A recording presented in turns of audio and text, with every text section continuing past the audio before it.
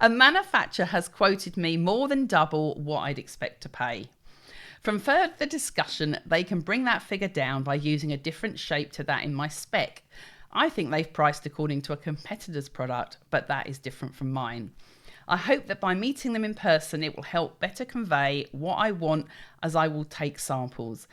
I really don't want to resort to China for production. Do you have any tips on respectfully negotiating? Right. Okay.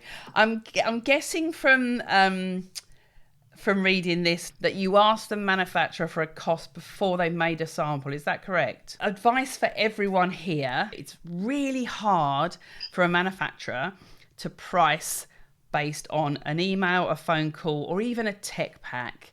And you also, even if they do, the price that you get for them when they do that will not really be realistic. And chances are, in my experience, what I've noticed, if people do ask for a price before they've had the product made, it's going to be higher than they've hoped. Okay, so what we need to work out for you is how you're now going to backtrack on this, because unfortunately it sounds like you've got off on the wrong foot with that manufacturer potentially, because you've asked them for a price. So they're not going to, what they don't want to do is underprice themselves at that stage. So more often than not, they're likely to say more. If a manufacturer has told you there's a more cost-effective way of doing it, I really would listen to them. Unless you've also had a factory yourself, you know exactly how it's been made, and you've got a new way of suggesting that they make it. Chances are they know how their production line and their staff work, and they will know the most cost-effective way. But that's also why it's best to get them to make a sample and then have those negotiations on price. You go and see them. They may not be able to give you a quote there and then, but they'll be able to then advise you if they think there are things that are going to make it more cost effective. They will then have an idea of how many minutes it takes them to make it. So every manufacturer works on something called standard minutes, which is they'll work out how many standard minutes it takes to make that product. And that's from the cutting, the sewing, if it's a sewn product, obviously, and the quality control at the end. So for your product going all the way through for their factory on its production line, how many minutes at each stage? Okay, and depending on manufacturers. So some manufacturers will do this to the nth degree and to the minute. Brilliant. They are fantastic manufacturers. If you can find them, true gold. Others may get a price. The worst case scenario at the other end is they'll get a price off the top of their head and make something up. Like, you potentially think they've looked at what your competitors are charging and they've worked it backwards.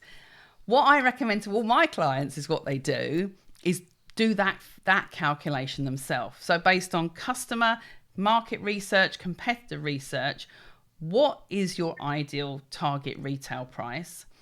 And then, as a very, very rough rule of thumb, although we go into it in a lot more detail and break it down, approximately divide it by 2.4, because that's like VAT off divided. That will give you a 50% margin. So if you're just selling direct to the consumer, your target retail price, it's a very rough rule of thumb, divided by 2.4 or 2.5 will give you a target cost price. If you plan to wholesale, you need to divide it by 5 to get your target cost price.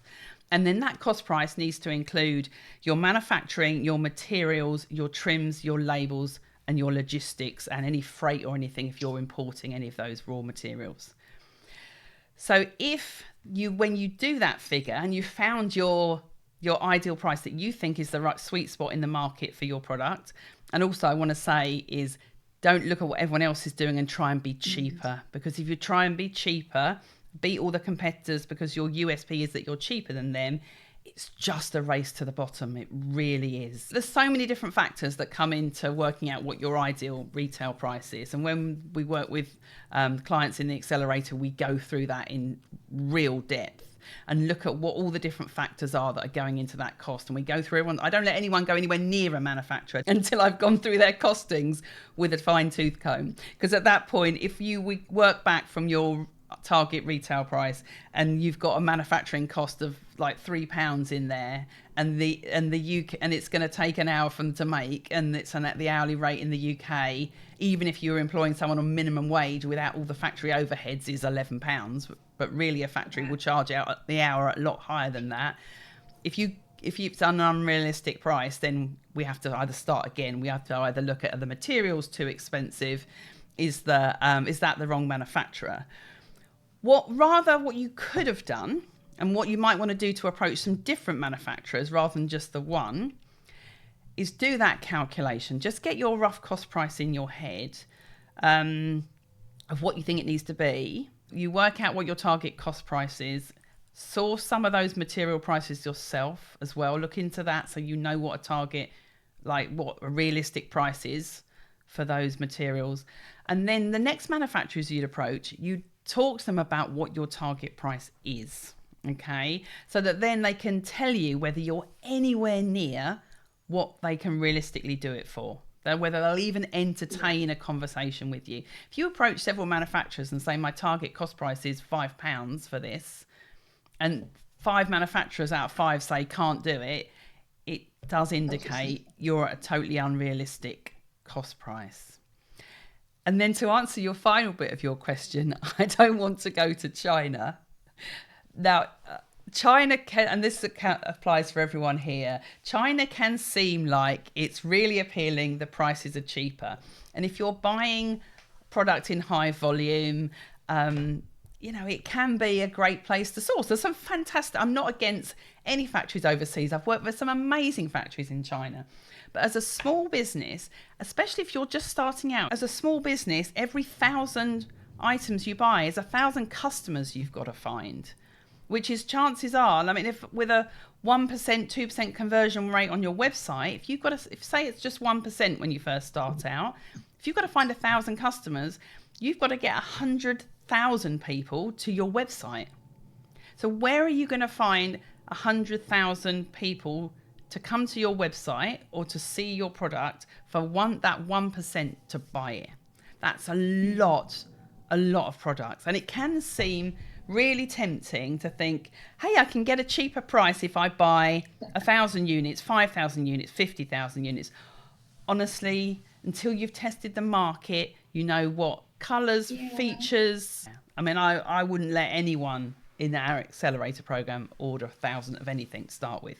Just wouldn't. Because the whole point of working with me is that I want to save you money. I wouldn't like to see anyone spend that amount of money on that many units until they'd worked out their marketing, they knew who their customer was, and they knew how they're going to find those first 1,000 customers.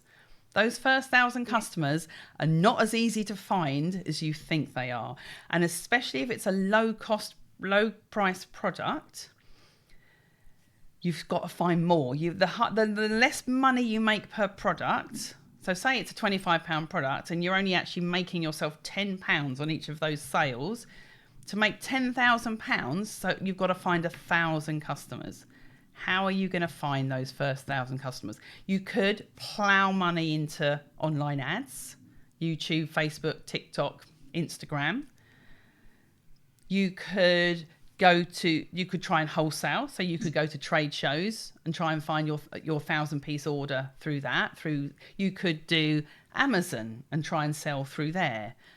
But knowing what you're going to do and how you're going to find those first 1,000 customers is really important before you go gung-ho to a manufacturer. I do find people get really excited, like, oh my God, I found a manufacturer, brilliant, right, great, I'm going to get my product ordered, I'm going to order 1,000, and haven't put all of the other pieces in place first. If you do that, you're really setting yourself up for a fall, okay?